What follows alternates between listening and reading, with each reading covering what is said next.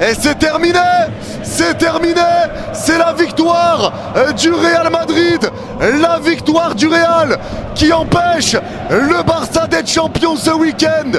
Le Barça pourra être champion la semaine prochaine lors du Classico. Un match nul au Classico donnerait le titre et la Liga au FC Barcelone. Et si le Real s'impose lors du Classico, le Barça devra attendre encore la semaine d'après pour remporter officiellement la Liga. Mais le Real s'impose et tout se jouera lors du Classico. Le Classico devient donc un match du titre au Camp Nou pour le FC Barcelone. Le Barça peut soulever le trophée de la Liga devant le Real Madrid. Tu peux soulever le trophée devant le Real. Le Classico de la semaine prochaine, il promet les gars. Il promet même s'il n'y a pas Lamine Yamal et il n'y a pas Mbappé. Le Classico, il promet les gars.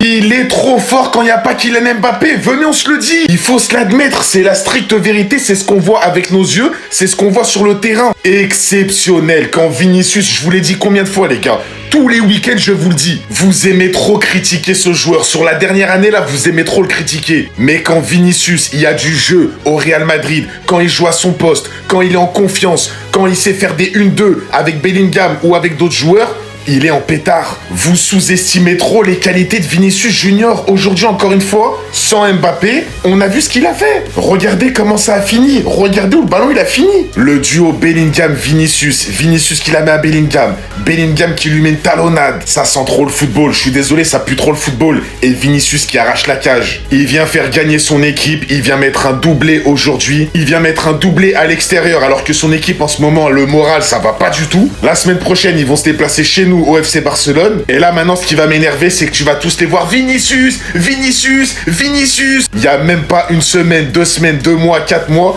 vous étiez en train de le terminer sur les réseaux. Alors que on sait tous ici de quoi Vinicius il est capable quand il y a du jeu, quand il est utilisé correctement. On peut tout dire, hein, mais quand Vinicius il est dans celle-là, c'est là qu'en tant que Barcelonais, je prends du plaisir, même en regardant les matchs du Real. Et moi, je sais pas si c'est un hasard ou une simple coïncidence, mais bizarrement, lorsque le chat n'est pas là, les souris dansent et c'est comme ça à chaque fois. Lorsque le chat n'est pas là, les cadres qui étaient décrits comme mauvais cette saison, se réveillent pour te porter le Real. C'était pareil avec Valverde face à City, c'était pareil avec Vinicius quasi toute la période où le chat n'était pas là. Et là, bizarrement, ce soir, il est pas là, sachant que Madrid enchaîne les mauvais matchs, et c'est qui régale? C'est Vinicius. Après, c'est normal, quand il n'y a pas un jeu autour d'un joueur, quand il n'y a pas un joueur qui le dérange, c'est normal que Vinicius s'exprime beaucoup plus, et qu'il soit beaucoup moins frustré. En tout cas, les 2 bangers qu'il a envoyés aujourd'hui, c'est ça du Vini quand il est en confiance. De toute façon, il l'avait même montré face à Benfica en Ligue des Champions. Et franchement, hein, si Vinicius ne prolonge pas au Real, ce serait une grave erreur de la part de la direction. Une énorme erreur. Car quand il était la star du projet, c'était pas des pichichis que vous célébrez, mais des titres majeurs. Enfin bref, sinon vous les gars... Ah mais moi je suis content les gars, moi là je suis trop content, là je pète la forme, je vous le dis. Moi aujourd'hui, j'étais pour le Real Madrid. Oui, c'est la première fois de ma vie que j'étais pour le Real Madrid derrière ma télé. Pourquoi à votre avis? Mais parce que vous le savez très bien, les gars, c'était trop facile de perdre aujourd'hui. C'était trop facile de faire un match nul. La saison, elle doit finir en légende.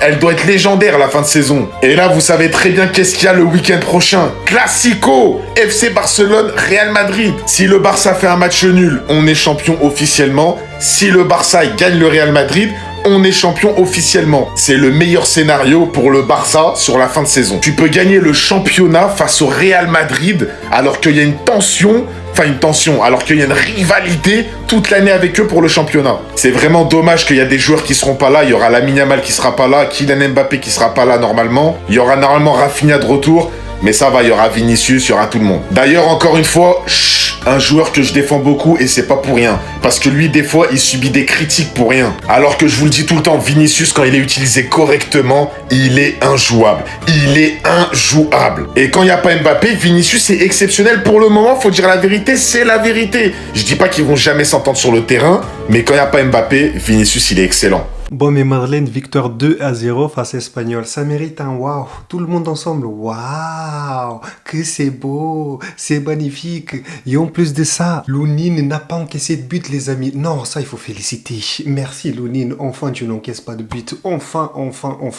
Tout ça Vous savez pourquoi? La semaine prochaine, Courtois, il est de retour. Là, il veut nous montrer qu'en fait, il est là, il est présent. Mais l'unique chose que je dis, je répète, avec du temps de jeu, les gars, on va retrouver son niveau. Mais malheureusement, la semaine prochaine, c'est fini pour lui. Par contre, dans le match, les 2 buts de Vinicius, magnifique, c'est beau. Le premier, il couche tout le monde. Et le deuxième, il essaie de nettoyer la lucarne. Mais Vinicius, s'il te plaît, ton comportement, on n'a pas besoin de ça. On avait un match à gagner. Première mi-temps, je me suis endormi. Deuxième mi-temps, je me suis dit, bon, je vais manger devant le match. Hein. Ça sert à quoi de regarder un match comme ça? J'ai commencé à manger devant le match. En plus, je vois que Arbeloa, il a fait des changements. Ça a marché.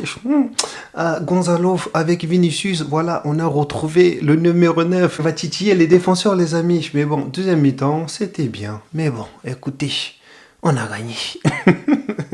À la Madrid, in a la mas.